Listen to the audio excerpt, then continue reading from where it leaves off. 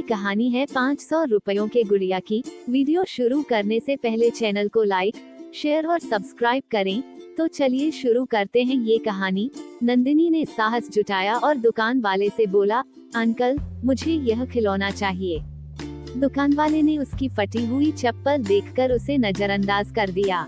छोटे छोटे हाथ लगे हैं मिट्टी को पीटने, मन में है कि आज तो अच्छी सी एक गुड़िया बना कर रहूंगी।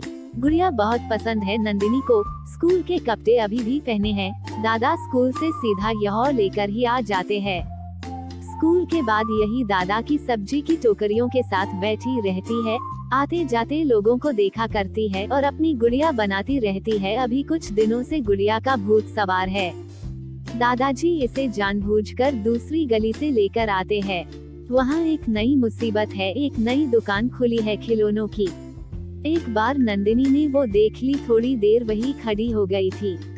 आंखें बंद करने वाली गुड़िया आई है वहाँ। बोलो तो बात भी करती है, सुलाओ तो सो जाती है। तब से दादाजी ध्यान रखते हैं, उस गली से नहीं लेकर आते। दाम भी नहीं पूछा। आखिरकार नंदिनी दादाजी से छिपकर खेलते खेलते उस गली में चली गई। मन में था कि उस गुड़िया को एक बार हाथ लगाकर देख लूं। जाकर उस दुकान के सामने खड़ी हो गई और गुड़िया को निहारने लगी। वो गुड़िया बहुत सुंदर थी, रंग बिरंगे कपड़े पहने हुए, और उसकी आंखों में चाहत थी। नंदिनी ने उसे कुछ देर तक देखा और फिर सीधे दुकान के अंदर चली गई। दुकान के मालिक अंकल ने उसे देखकर नजरें घुमा ली। उसकी आंखों में तिरस्कार और दया दोनों थे। वो चुपचाप बैठी रही और खिलौने को हाथ से छूने का मन ही मन सपना देखने लगी। आखिरकार नंदिनी ने साहस जुटाया और दुकान वाले से बोला, अंकल मुझे यह खिलौना चाहिए। दुकान वाले ने उसकी फटी हुई चप्पल देखकर उसे नजरअंदाज कर दिया और बोला, तुम्हारे जैसे बच्चों को ऐसे खिलौने नहीं मिलते, जाओ यहाँ से। नंदिनी थोड़ी देर के लिए चुप रही, फिर वो वापस अपनी जगह पर खड़ी हो गई और फिर से वो खिलौना देखती रही। दुकान में कोई आया, उसकी तरह ही कोई बच्ची, लेकिन साथ में थे पापा। उसके पापा ने उसे वो गुड़िया दिलवा दी। वो भी सोच रही थी कि अगर उसे पापा मिल जाएं, तो उसे भी यह खिलौना मिल सकता है।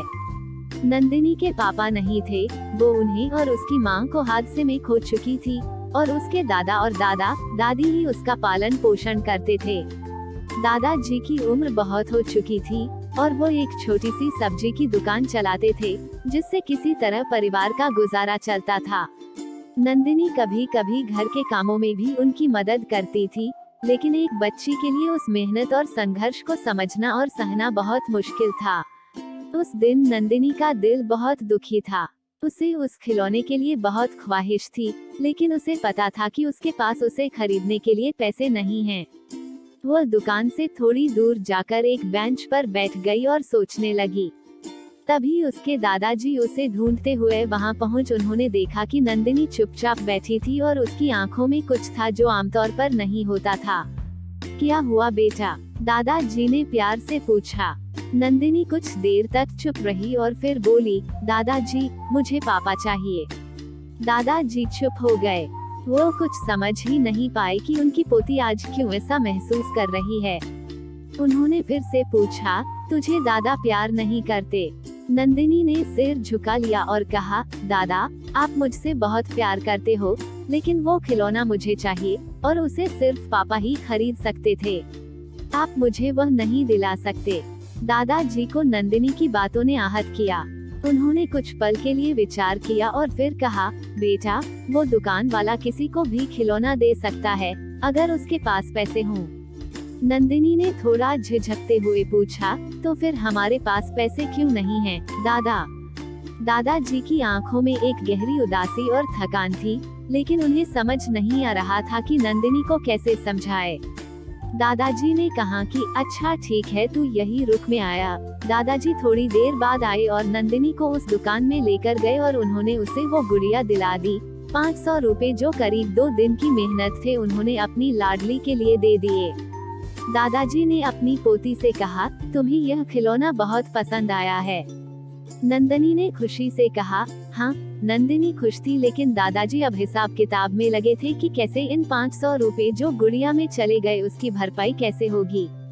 यह उनके लिए ज्यादा पैसे थे। वो मन में सब योजना बनाने लगे, साथ ही दादी को भी कैसे समझाएंगे यह भी सोचने लगे। इन सब के साथ वो अपनी पोती को देख रहे थे। जब उनकी पोती खुश हुई तो उनके दिल में एक अलग शांति मिल रही थी। वो चाहते थे कि उनकी पोती कभी अपने माता पिता को कमी महसूस ना करें। उसकी खुशी उनके लिए सब कुछ। वो समझ गए थे कि आज समझाने से काम नहीं चलेगा, आज बच्ची को खुश करना होगा। आपको यह कहानी कैसी लगी हमें कमेंट कर जरूर बताएं। इसी तरह की अच्छी कहानियाँ आप यहाँ पर पढ़ सकते हैं। यहाँ उपस्थित शिक्षाप्रद कहानियाँ आपका मनोरंजन करने के साथ दिशा भी देंगी। तो बने रहिए हमारे साथ और हमारे प्रयास को सफल बनाएं।